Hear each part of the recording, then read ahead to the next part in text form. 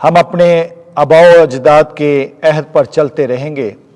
ہمارے لیے آج کی پہلی تلاوت مکابیوں کی پہلی کتاب، اس کا دوسرا باب، اس کی 15ویں سے 29ویں آیات مقدسہ۔ اس وقت وہ جو بادشاہ کی طرف سے بھیجے گئے کہ لوگوں کو جبراً برگشتہ کریں، مودین شہر میں آئے تاکہ وہاں بھی قربانی کرائیں، اور اسرائیل میں سے بتیرے ان کے ساتھ مل گئے، لیکن متتیہ اور اس کے بیٹے مستقل طور پر علیحدہ رہے۔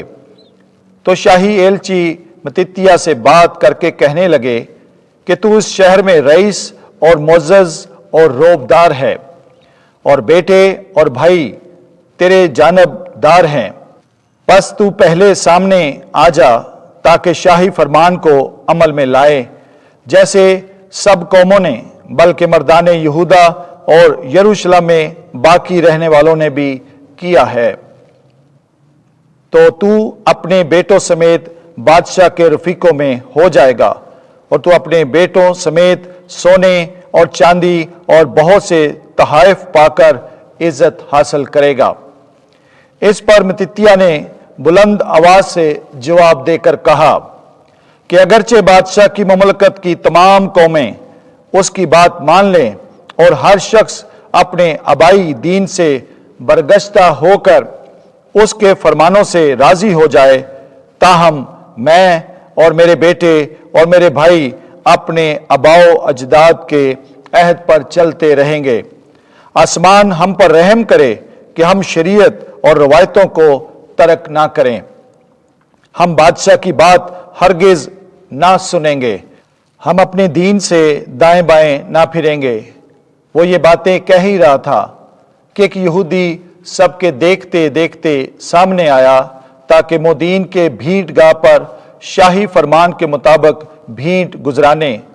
جب متتیہ نے یہ دیکھا تو اس کو غیرت آئی اور اس کی کمر کانپی، اور شرعی فرائض کے موافق اس پر غضب طاری ہوا، اور وہ اس پر جھپٹا اور اسے بھیٹ گاہ پر ہی قتل کر دیا، اور اسی وقت اس نے اس شاہی منصب دار کو بھی قتل کر دیا جو جبراً قربانی چڑھواتا تھا۔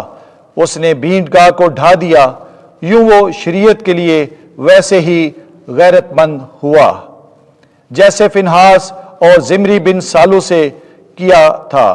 تب متتیہ بلند آواز سے شہر میں اعلان کرنے لگا کہ ہر وہ شخص جسے شریعت کے لیے غیرت ہے اور جو عہد پر قائم رہتا ہے، میرے پیچھے ہو لے۔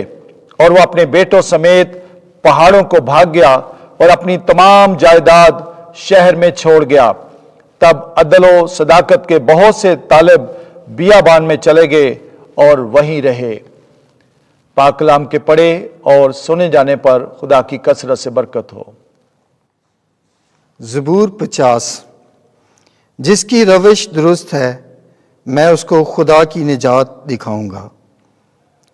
خداؤں کے خدا خداوند نے کلام کر کے دنیا کو بلایا ہے، آفتاب کی جائے طلوع سے لے کر اس کی جائے غروب تک۔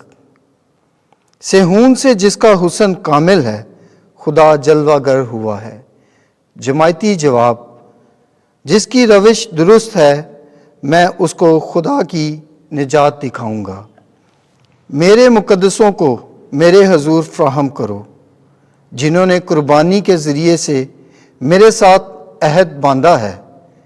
آسمان اس کی صداقت بیان کرتا ہے، کیونکہ خدا آپ ہی منصف ہے۔ جماعتی جواب: جس کی روش درست ہے میں اس کو خدا کی نجات دکھاؤں گا۔ تو خدا کے حضور ہم کی قربانی گزران اور حق تعالیٰ کے لیے اپنی منتیں پوری کر۔ مصیبت کے دن مجھے پکار، میں تجھے مخلصی دوں گا اور تو میری تمجید کرے گا۔ جماعتی جواب: جس کی روش درست ہے میں اس کو خدا کی نجات دکھاؤں گا۔ خداوند آپ کے ساتھ ہو۔ انجیل مقدس لوکا کے مطابق اے خداوند تیری تمجید ہو۔